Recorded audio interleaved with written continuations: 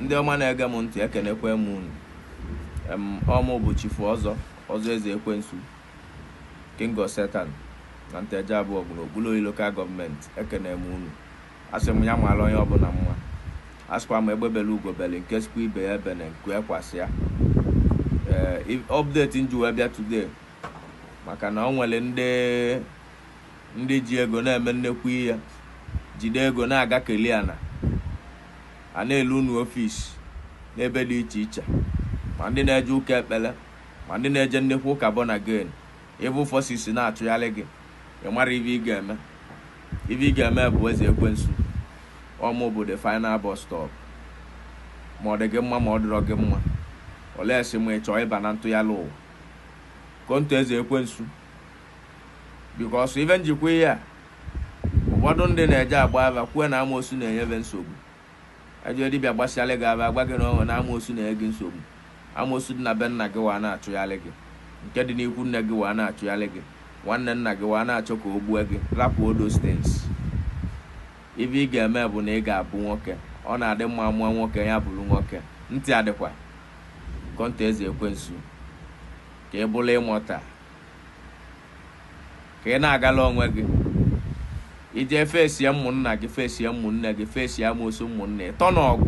O nwere ibe eme nwachi Igbo, mana ibe mma emele gị bụ na mma agwọlụ gị anya vụrụ ugo ṅụlịa. Anya vụrụ ugo ọ na-aṅụlị. Ebe ọma bụ ebe ọ na-abịa, bụ ebe ife ọma dị. Ọ ebe ife ọma dị ka ebe ọma na-abịa. Ebe ọma na-abịara ebe a na-anụ ọgụ. Ebe ọma na-abịara ebe ọjọọ dị. Na ebe ọma bụ ife ọma na-achọta ife ọma. So ọgwụ ifụ na-agwa gị ebe anya vụrụ ugo ya na ọ bịala igbu gị gbuo onwe ya. Ụzọ ọgwụ na-aba bụ ọgwụ na-eme mmadụ mma n'ụwa. Nọmba 1 anya vụrụ ugo. Nọmba 2 ọ bịala igbu gị gbuo onwe ya.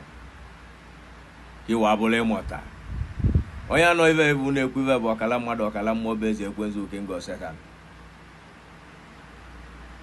Ava ịbụ nna aza echili nye echi 31 years ka m mebe dibịa.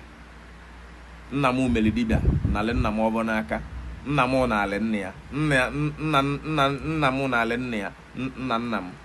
My grandfather bụ my grandfather bụ Igbo egbu na mmecheli dibịa kpakpa jụla ajụ bulie pụa eniri ya eni buli isi obodo niile. Nna m bụ nwoke Igbo egbu na mmụọ na-apụ apụ.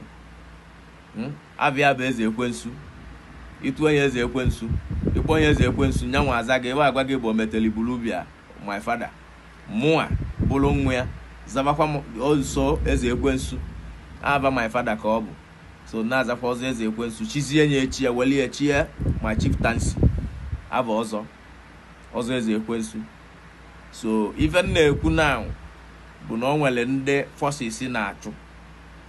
Ị na-enegala anya na ndị nnekwu dibịa. O nwere ndị kpọrọ onwe nnekwu dibịa. Dibịa ịbụ a na-eme ka nkọlu na akụkọ. Enwere ọsọ abịa dibịa. Ndị dibịa na-agba ọsọ abịa riri nna Tulumi.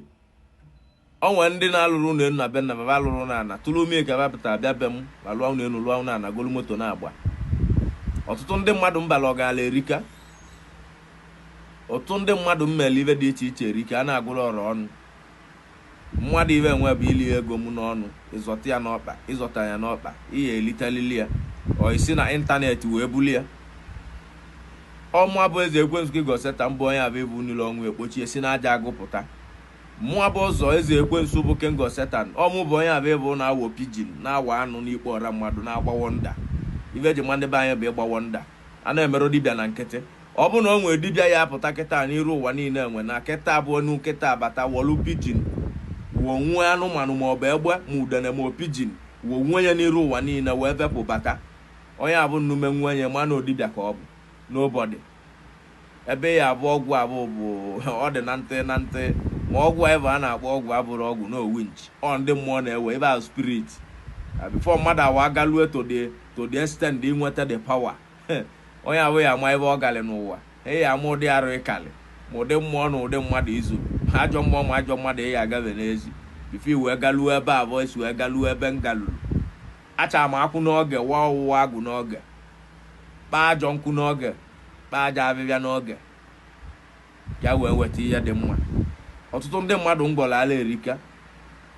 ọtụ ndị mmadụ mgbolu nyere aka erika ndị na-achọ nwa ndị akụlụ poison ndị a chọrọ igbu ndị a na-achụghalị na nsị na aja ndị a na-achụghalị ka egbua then come to me mwepụ ya egwu n'anya nkwa onye abụbụla ịmụta gba onye abụ jebe na onwere ibe na-eme ịghọtalụ ọmụ bụ ụzọ eze ekwensu ọkala mmadụ ọkala mmụọ ịma na ọgba nje nwee ka o si adị mmepụrụkwa ome n'ụwa ahụ maka nọ nzite ka ezite m n'ụwa nwa lụsị ọlụ m dịka ọlụ mụ na chi m si wee ga nnaba onye ọbụla dị ndụ n'ụwa nwere ibe ya na chi ya bịara ịlụ so ma new update m ji bịa bụ ndị kpatala ego mana ị nwere ezumike na ego ahụ ịkpali ndị ajọ mmadụ na-achụghalị gị ịmara ebe ibe na-eme gị isi loketi onye na-aza ọzọ eze ekwensu my phone number bụ 07030929717 ọ nọmba m dị ebe a bụ aba m bụ Chief Ọzọ eze ekwensu King of Satan na Nteje Abọgụ na Egbengu Ọbalọra. This is my address. Please ọ bụ na ịnụ this is my comment and ebe iPhone na-ekwu kịta please share anya ọ dị very very important na mmadụ ya tasịa abụbụ kpatasịa ego ọ ya nọrọ ndụ wee lie ego ọ kpatara kọntaktị onye bụ eze ekwensu ka agbaghị ibe na-eme ka azụọ gị ịmụta dibịa chalenji gị n'ụwa nwe weli dibịa weli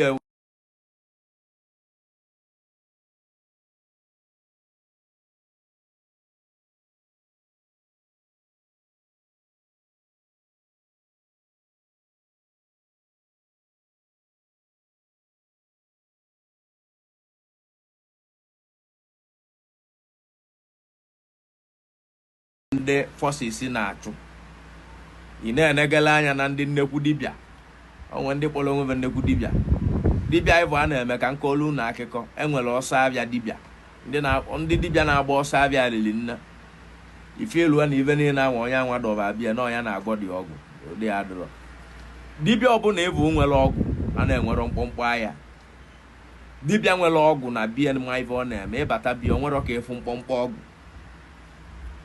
ndị dibịa ọdịnala dị na beve bụ ịbata dị o nwere ka ịvụ ọgwụ ịma avụ ya ọ dịbịa ike mbute ịbata na beve like this ịbata ma nke akpodola akpodo ịbata ite akalịa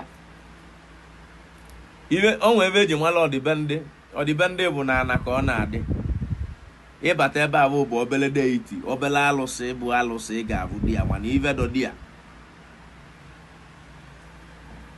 ive dọdị akalịa mmadụ so nwa na-agwa unu bụ ụmụnne m na ụmụnna m wee na-agwa unu datị na ive dị mma wee na-agwakwa unu ọzọ datị na a na-amasịrị ebe ụwa amasị ị na-anụ a na-amasịrị ebe ụwa amasị so na ọ bụ na ị chọọ pawa chọọ ọgwụ eji adị mma ọ bịala igbu gị gbuo onwe ya kọnta eze ekwensu na Nteje Abọgụ ka enye gị ọ bịala igbu gị gbuo onwe ya eje na-ejuva mmadụ jekwuba asịrị ọnọdụ ugo adịrị egbe mma mmadụ adịrị ibi ya mma bikọsụ gịnị sọ ndị bịa anya anyị fụ kịta ụfọdụ nwesịrị ejenti ụfọdụ nwesịrị client mana amakwụrụ nna dibịa nwana dibịa na-enwesikwu ma ejenti ma client I know even na agwa gị iwe enwe bụ nji agwa gị iwe bụ na dibịa pụrụ epu na be anyị dụwa ọdịbendị ada na bala ezibe nna m bụ ọdịbendị dibịa dị na be anyị elugo thousands of years ọ dị ya ọ bụrụ my grandfather amụrụ ya mụọ ya onye mụta my grandfather bụ dibịa onye mụta my grandfather bụ dibịa our lineage niile completely bụ dibịa ịbata Nteje Abọgụ jụọ ebe a na-akpọ Egbengu Ọbalọra bụ Egbengu Ọbalọra bụ nwere duru ma onye dị 120 years ọ gwa gị na ya pụta ụwa na-anụ Egbengu Ọbalọra bụ n'obe nne ya kedu ebe bụ Ọbalọra bụ ọgwụ ibe ji mara anyị bụ Egbengu ọgwụ and we can never stop that our culture.